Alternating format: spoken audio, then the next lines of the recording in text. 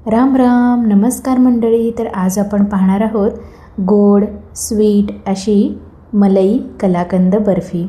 अगदी घरात असलेल्या साहित्यापासून बनवता येणारी आणि सहज उपलब्ध असलेल्या साहित्यापासून बनवता येणारी अशी ही मलई कलाकंद बर्फी.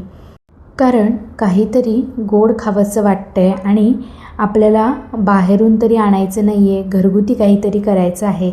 तर यासाठी मी ही रेसिपी तुम्हाला आज दाखवणार आहे. तर अगदी सहज उपलब्ध असलेलं आपल्या घरात आधी दूध असतं. तर सर्वप्रथम काय करायचं, दूध घ्यायचं आहे.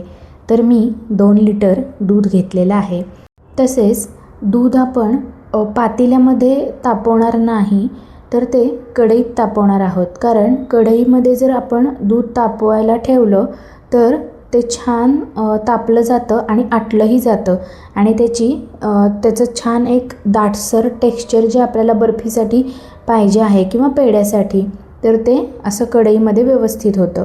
तर तुम्ही बघू शकता मी कढई घेतलेली आहे, त्यामध्ये 2 लिटर दूध आणि ते थोडंसं उकळून झाल्यानंतर त्यामध्ये मी अगदी 1 चमचा, छोटा 1 चमचा कॉर्नफ्लॉवर घेतलेला आहे. त्यात थोडंसं पाणी मिक्स करायचं आणि तो कॉर्नफ्लॉवर त्या उकळत्या दुधामध्ये सोडायचा आहे आणि पटकन दूध आपल्याला हलवून घ्यायचं आहे, कारण तो नाहीतर त्याच्या गुठळ्या बनू शकतात म्हणून. तर यामुळे काय होतं की एक दाटसरपणा जो असतो खव्याला जो येणार पाहिजे आहे तर तो येतो. याचबरोबर आपण आपण बाहेरनं जर मिठाई आणली तर ते काय करतात, तवकीर म्हणा किंवा अरारोट वापरतात. तर हे आपल्या घरी काही उपलब्ध नसतं किंवा आपण हे आणूही शकत नाही. तर आपल्या घरात कॉर्नफ्लॉवर किंवा थोडंसं तांदळाचं पीठ म्हणा, हे जे असतं ना, तर ते आपण दाटसरपणा येण्यासाठी वापरू शकतो.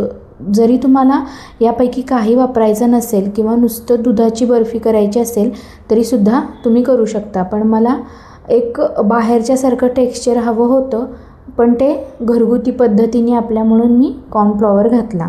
आणि 2 लिटर दुधाला अगदी छोटी वाटी साखर घातलेली आहे.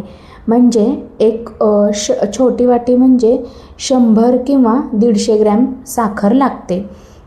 अगदी 100 ग्रॅम घातली तरीही चालेल. यानंतर मी ऑलरेडी करून ठेवलेला खवा होता दुधाचा, तर तो मी 1-2 चमचे खवा त्यामध्ये घातलेला आहे. खवा घातल्यामुळे बर्फीला अजून स्मूथ किंवा मुलायम टेक्स्चर येतं, त्यामुळे मी हा खवा घातलेला आहे.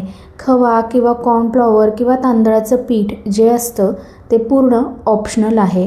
तुम्ही घातलं तरी चालणार आहे किंवा नाही घातलं तरी चालणार आहे.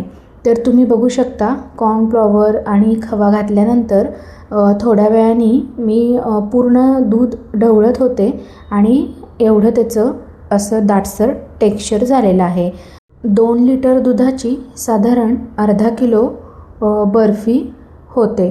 तर एवढं दाट झाल्यानंतर आपण ते एका थाळ्यामध्ये किंवा ताटामध्ये काढून घेणार आहोत आणि ते पूर्ण गार करून मग थोडंसं मळून एका डब्यामध्ये सेट करायला ठेवणार आहोत.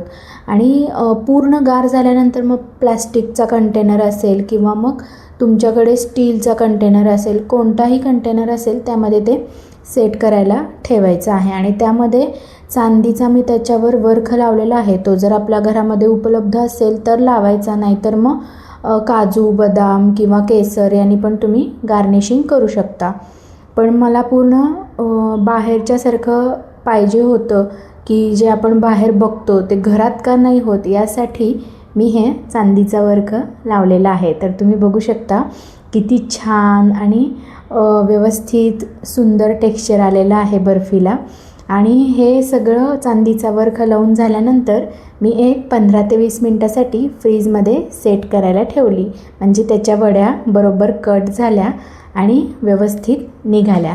तर काय मंडळी, माझी रेसिपी जर तुम्हाला आवडली असेल तर नक्की लाईक करा, शेअर करा, सबस्क्राईब करा आणि कधीही काहीही खाण्याची इच्छा झाली असेल तर मनसोक्त खात राहा, कारण हा जन्म पुन्हा नाही. तर तुम्ही बघू शकता, अगदी मी मधली वडी काढलेली आहे चमच्याने, अगदी सहज अशी निघालेली आहे. तर तुम्हाला ही रेसिपी आवडली असेल तर नक्की घरी ट्राय करून बघा आणि आवडल्यास मला नक्की कमेंट करून अभिप्राय कळवा. आणि माझा व्हिडिओ पूर्ण पाहिल्याबद्दल सर्वांचे मनापासून आभार आणि धन्यवाद.